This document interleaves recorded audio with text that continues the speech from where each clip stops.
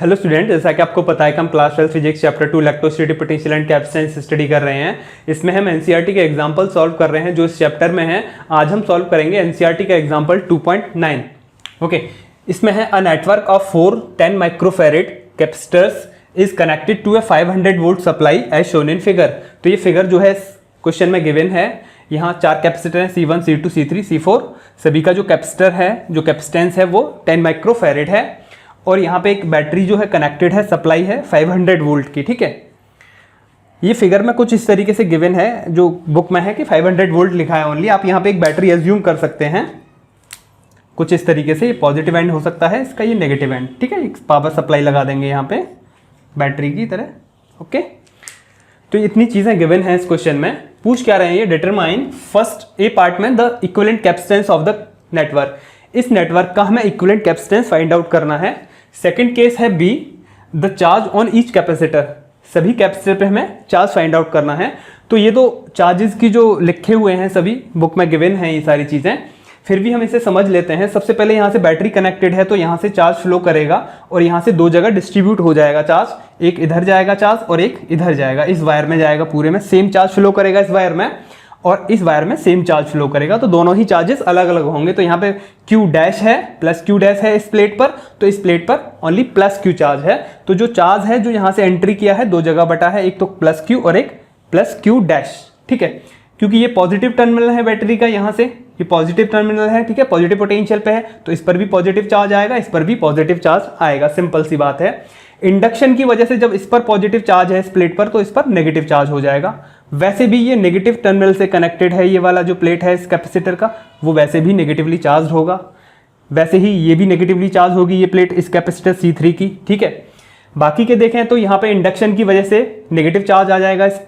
ये single conductor है, यहाँ से लेके यहाँ तक तो न्यूट्रल है पूरा का पूरा सिंगल कंडक्टर। तो यहाँ इंडक्शन की वजह से नेगेटिव आ गया और इस एंड पर फादर एंड पे पॉजिटिव चार्ज आ गया। और इस पॉजिटिव चार्ज की वजह से ड्यू टू इंडक्शन यहाँ पे नेगेटिव चार्ज आ गया, क्योंकि ये सिंगल कंडक्टर है और पूरा का पूरा न्यूट्रलाइज्ड कंडक्टर है। तो उसमें से नेगेटिव चार्ज यहाँ पे आ गया है और पॉजिटिव चार्ज यहाँ पे आ गया है। टोटल मिला के क्या है, न्यूट्रल है, -Q + Q 0। ठीक है, ये बिल्कुल वैसे ही है जैसे हम रेजिस्टेंस का एक आपने देखा होगा कुछ इस तरीके से।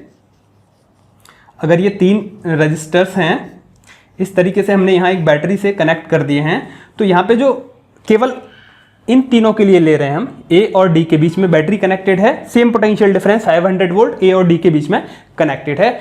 जो कैपेसिटर C4 है इस पर भी 500 वोल्ट कनेक्टेड है, पोटेंशियल डिफरेंस A और D के बीच में, और इन तीनों पर भी 500 वोल्ट कनेक्टेड है। ठीक है, कौन कौन पे, C1, C2, C3 मिला के सब पे 500 वोल्ट है और एक C4 पर भी 500 वोल्ट का पोटेंशियल डिफरेंस है। ये बिल्कुल वैसे ही है जैसे R1, R2, R3, इस तरीके से 3 रजिस्टर्स हैं किसी सर्किट में, और ये पॉजिटिव एंड ये नेगेटिव एंड, यहाँ से करंट जो फ्लो करेगा I, वो पूरे वायर में सेम करंट रहेगा, है ना। वैसे ही यहाँ पूरे वायर में सेम करंट रहेगा। अगर रजिस्टर्स होते तो वही कहेंगे हम, फ्लो ऑफ चार्ज ही तो करंट होता है, तो फ्लो ऑफ चार्ज सेम रहेगा। सभी पे जो चार्जेस रहेंगे वो सेम रहेंगे। सीरीज में सभी पर चार्ज सेम रहता है, आप अच्छी तरह से इस बात को जानते हैं। तो ये थोड़ा सा फिगर के बारे में हमने स्टडी किया। अब हम देखते हैं सिंपल सी बात, बहुत ही simple easy, equivalent capacitance of the network. इस नेटवर्क का हमें इक्विवेलेंट कैपेसिटेंस फाइंड आउट करना है सबसे पहले।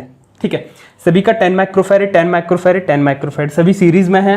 सबसे पहले तो A, B, C और D के बीच में जो ये वाला वायर है, इसमें निकाल लेते हैं सबसे पहले इक्विवेलेंट रेजिस्टेंस। सॉल्यूशन देखते हैं A। सबसे पहले C डैश निकाल लेते हैं इक्विवेलेंट इस पार्ट के लिए, C1, C2 और C3 के लिए। C1, C2 एंड C3 किस में है, ये सभी सीरीज में है। ठीक है, सभी में सेम चार्जेस है तो सीरीज में है ये।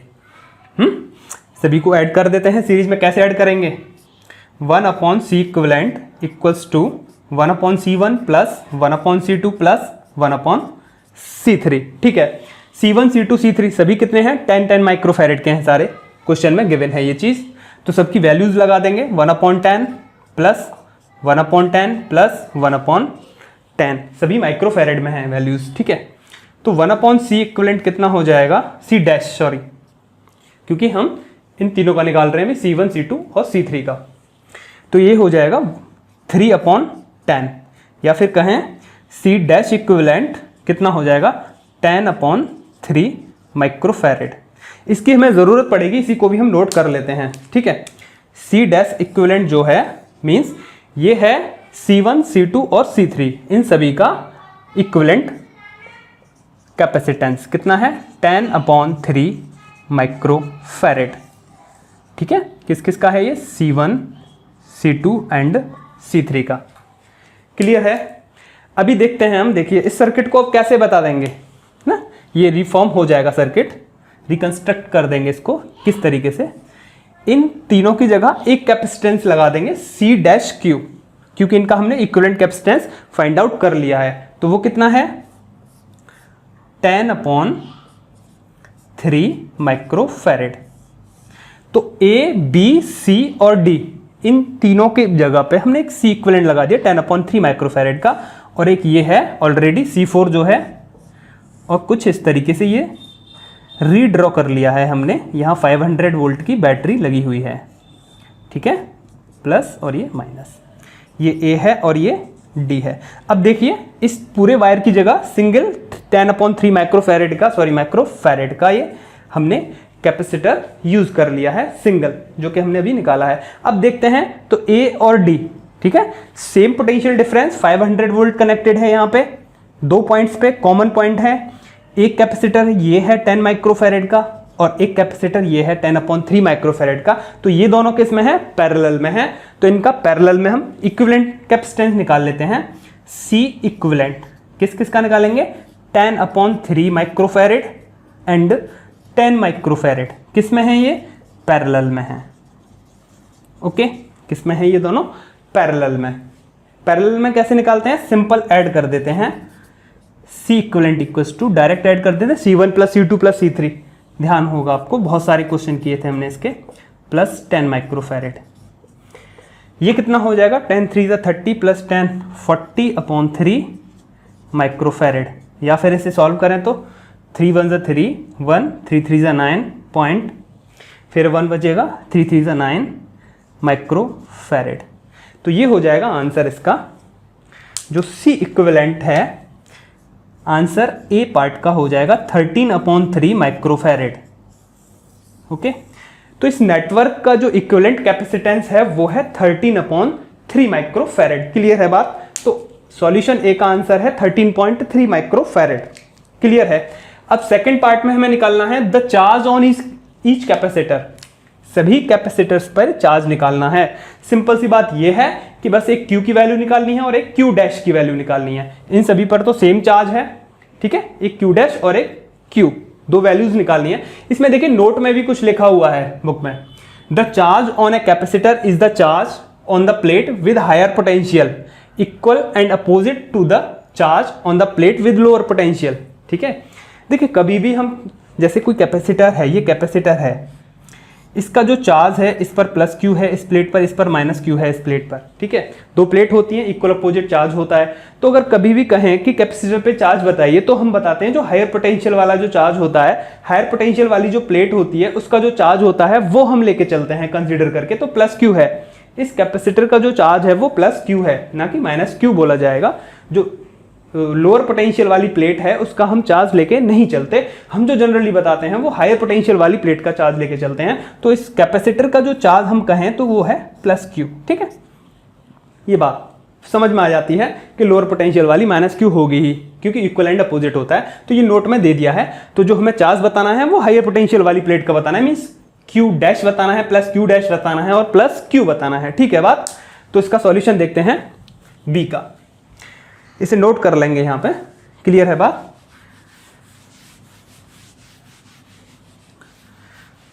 अब देखिए बड़ा ही इजी है, चार्ज तो कैसे निकालते हैं, C into V, capacitance into potential का मल्टीप्लीकेशन होता है चार्ज, है ना। फॉर्मूला आपने पढ़ा है अच्छी तरह से, बहुत क्वेश्चन किए थे हमने इसके। वैसे भी आपको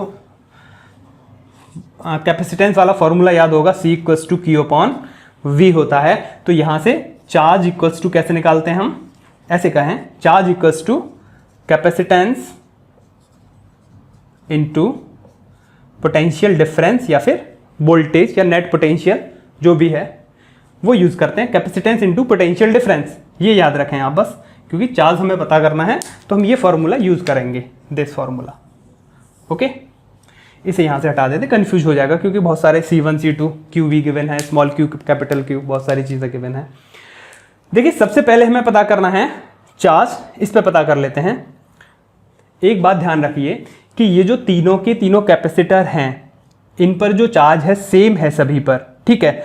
और इन तीनों पर जो हमें पोटेंशियल पता है वो है 500 वोल्ट, एक इस पर पता है 500 वोल्ट। सबसे पहले इसका निकाल के देखते हैं चार्ज, हम निकालते हैं सबसे पहले, इससे समझ आएगा आपको। चार्ज ऑन C4, ठीक है, कैपेसिटर C4 पर हम चार्ज देखते हैं सबसे पहले। तो चार्ज इक्वल्स टू क्या होता है, कैपेसिटेंस, और उस कैपेसिटर्स का क्या, पोटेंशियल डिफरेंस, कितना पोटेंशियल डिफरेंस उस कैपेसिटर के अक्रॉस लगा हुआ है वो हम देखते हैं। तो चार्ज निकालना है C4 पर, तो चार्ज हो जाएगा C4 वाला, कितना चार्ज है उस पर, Q डैश, पॉजिटिव प्लेट का लेते हैं, वो नोट में लिख दिया है बुक में। कैपेसिटेंस कितना है इसका, 10 माइक्रोफेरेड है सभी की सभी, 10 microfarad multiply by potential difference कितना है इसके अक्रॉस, ए और डी के अक्रॉस, जो सप्लाई है 500 वोल्ट, ठीक है। तो Q डैश कितना हो गया, 10 माइक्रो की जगह क्या यूज करते हैं हम, 10 टू पावर -6 और 500 वोल्ट, ये V है वोल्ट को, ठीक है। V पोटेंशियल को शो नहीं कर रहा है, ये वोल्ट है, यूनिट है ये V, ठीक है। तो इसे कैसे लिखेंगे यहाँ पे, 5 इंटू 10 टू पावर 3 कूलाम, ठीक है। माइक्रो को चेंज कर लिया है हमने, तो ये चार्ज जो आएगा वो कूलाम में आएगा, क्लियर है। तो ये हो गया, sorry Q dash charge on C4, clear है बात। अब हमें निकालना है charge on C1 C2 C3 जो कि सभी पर सेम है। Charge on C1 C2 and C3 जो कितना है, +Q, ठीक है। इन तीनों पर सेम चार्ज है +Q। देखिए सिंपल सी बात है, अब हमें क्या चाहिए, कैपेसिटेंस और पोटेंशियल डिफरेंस। तो A और D के बीच में कितना कैपेसिटेंस लगा हुआ है C1 C2 C3 को लगा के, ठीक है। इनका इक्विवेलेंट अभी हमने निकाला था 10/3 माइक्रोफैरेड। तो A और D के बीच में जो इस वायर में नेट कैपेसिटेंस कितना लगा हुआ है, 10/3 माइक्रोफैरेड। तो Q हमें निकालना है +Q, कितना होगा, कैपेसिटेंस इंटू पोटेंशियल डिफरेंस।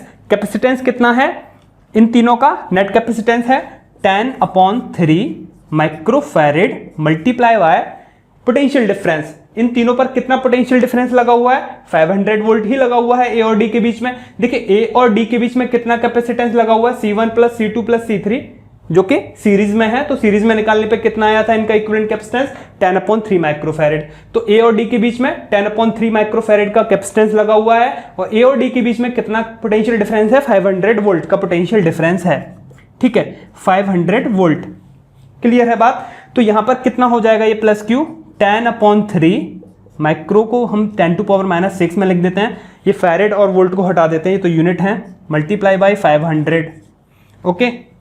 तो ये हो जाएगा, ये 10 10 टू पावर 3 और ये 10 टू पावर -6, तो 10 टू पावर -3 तो ये हो जाएगा, 5/3 ये हो जाएगा इन कूलाम। इसको सॉल्व कर लेंगे तो Q इक्वल्स टू कितना होगा, ये 3 × 1 = 3, 2 बचेंगे, पॉइंट लगा लेंगे, 3 × 6 = 18, फिर 3 × 6 = 18, ठीक है, फिर 3 × 6 = 18, ऐसे ही चलता रहेगा। तो इंटू 10 टू पावर -3, 5/3 करके देखा तो 3 × 6 = 18, 2 वही चलेगा, 1.66 into 10 to power -3 micro coulomb, sorry micro नहीं, ओनली कूलाम, क्लियर है। तो ये हो जाएगा charge on in 3 capacitor C1 C2 C3, तो सभी पर सेम चार्ज होगा। कितना होगा चार्ज, 1.666, इसी तरीके से चलेगा तो 1.67 भी कर सकते हैं आप इसे, ठीक है, राउंड ऑफ करके 1.67 इंटू 10 टू पावर -3 कूलाम। तो C1 C2 C3 सभी पर सेम चार्ज होगा और उसकी वैल्यू क्या होगी, दिस, क्लियर है। तो ये हो जाएगा charge on each capacitor. C4 का हमने पहले निकाल ही लिया था, ये है, ओके। और C1 C2 C3 पर कितना चार्ज है, ये सेम वैल्यू है चार्ज की, ठीक है। So this is the solution, so thank you.